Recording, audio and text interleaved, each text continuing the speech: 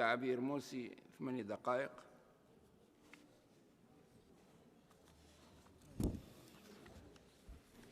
تقولون أننا حاليا في جلسة مساءلة، في حين أنها جلسة أقرب منها إلى التطبيل والتهليل والمساندة والمدح والافتخار بما تسمونه ديمقراطية، وأنتم تعلمون أنكم تضحكون على ذقون التوانسة. نحب نقول للتوانسة أن الجلسة هذه كيفاش تم إقرارها.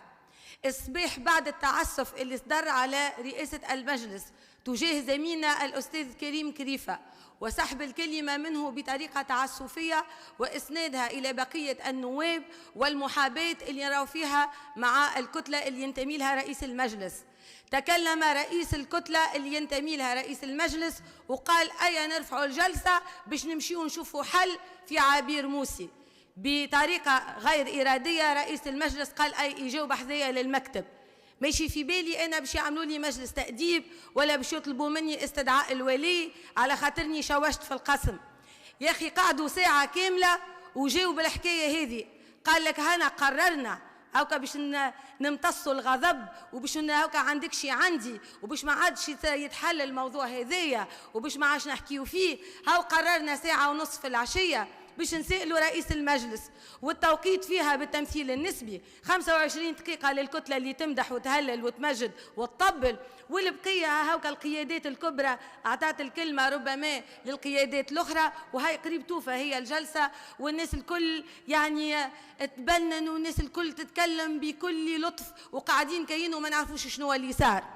خلينا نكونوا واضحين، احنا اليوم نعرفوا الوضعية اللي فيها البلاد، نعرفوا اللي فما ناس اليوم تهمهم تشكيل الحكومة والتموقع في الحكومة والتحاور حول الحكومة أهم مما هو عليه السيادة الوطنية والوضع التونسي. هذاك علاش الناس الكل يقول لك لا مش وقته اليوم سحب الثقة، مش وقته اليوم استهداف الغنوشي، مش وقته اليوم تكتيكمون il faut tempérer. ونعرفوه الكلام هذايا. احنا للتاريخ نسجلوا لأنه الحزب الدستوري حزب مبادئ وحزب قيم وحزب متمسك بتاريخ ل100 سنة 1920 2020 أحب من حب وكره من كره، حزب حرر البلاد وبنى الدولة العصرية ولن يسمح لكم بالتفريط في السيادة الوطنية. اللي صار اليوم ويعرفوه التوانسة أكثر منا بعد سويعات قليلة من إسقاط حكومة الجملي، يقوم الناس الكل تسمع أن رئيس البرلمان يطير إلى تركيا في زيارة غير معلنة ويمشي إلى قصر الرئيس التركي ويعمل معاه جلسة مغلقة. أنا نخجل في بقعتكم وانتم تبروا في أنه مواطن تونسي مش رئيس برلمان، مواطن تونسي يمشي يعمل زيارة مغلقة مع رئيس دولة أجنبية. وشكون الدولة هذه؟ الدولة اللي تحضر في نفسها باش تعمل تدخل أجنبي وتدخل عسكري في ليبيا، في شقيقتنا ليبيا ستطعنها في الظهر، والكلنا نعرف الانعكاسات الأمنية والاجتماعية المباشرة على تونس في الموضوع هذايا. وكالة الأناضول خرجت أن الزيارة كانت لرئيس البرلمان التونسي ليس لرئيس تنظيم الإخوان، وحتى كان باش نحكيو بتنظيم الإخوان وعجبوني كيف قالوا راهي هذه زيارة حزبية، هذا اعتراف منكم أن لكم علاقات مشبوهة بالإخوان عبر العالم، وهذا اللي كل يوم احنا نقولوه وكل يوم ينعتون عليه بالإقصائيين والمستبدين في حين أنها حقيقة. نحب نقول لكم كي كان هذا مش موضوع حديث. نقص شهرية الكل نقص عليك التزمية، لابد من الالتزام بالاحترام. وقت متاعي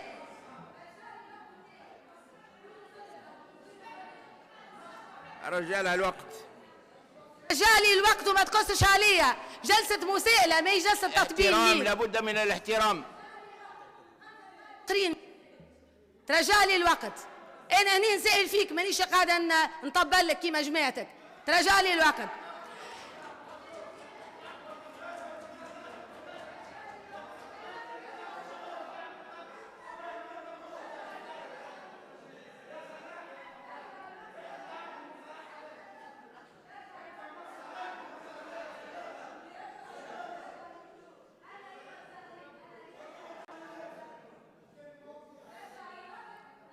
التزمي الاحترام من رجالك الوقت.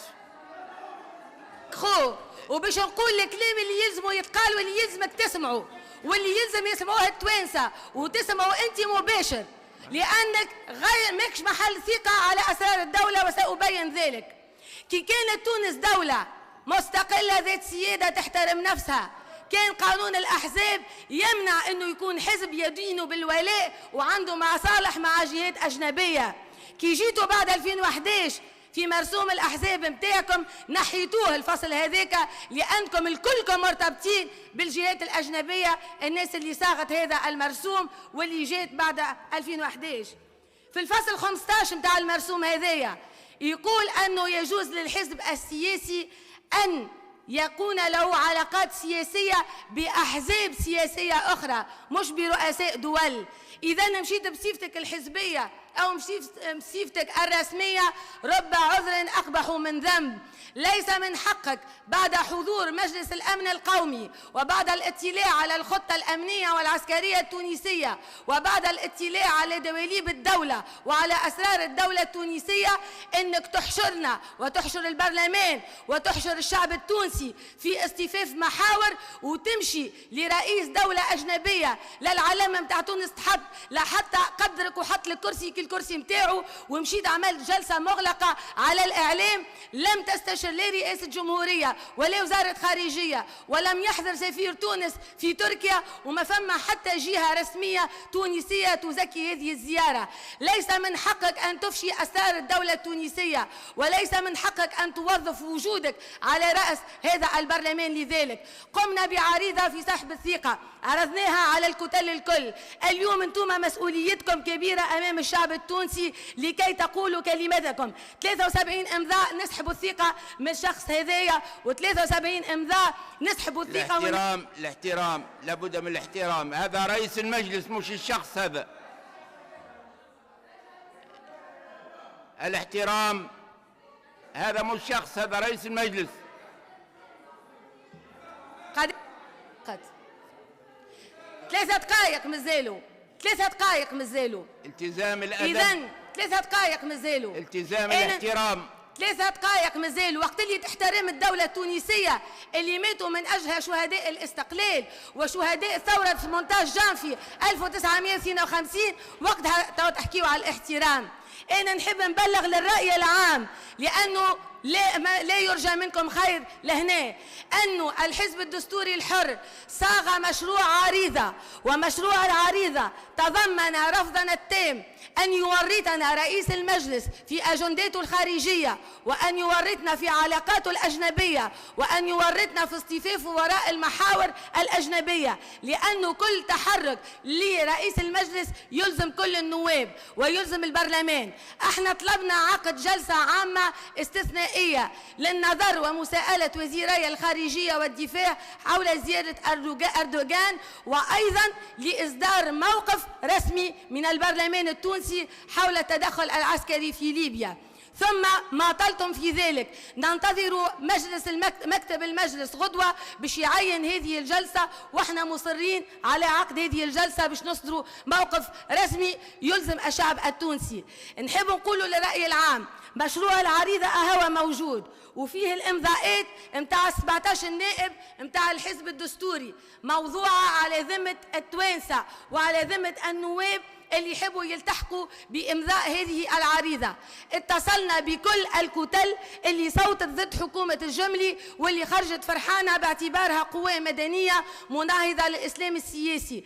خلينا لكم سي حاتم كلمناكم، أستاذ غازي شاويشي رئيس كتلة المستقبل، حسون الناصفي، مصطفى بن حمد، الكلكم كلمناكم في التليفونات وخلينا لكم مشروع العريضة، وطلبنا منكم بكل لطف انكم تنضموا اليها لمصلحة تونس ولأن السيادة الوطنية في خطر، ورئاسة المجلس لرئيس تنظيم الإخوان فرع تونس خطر.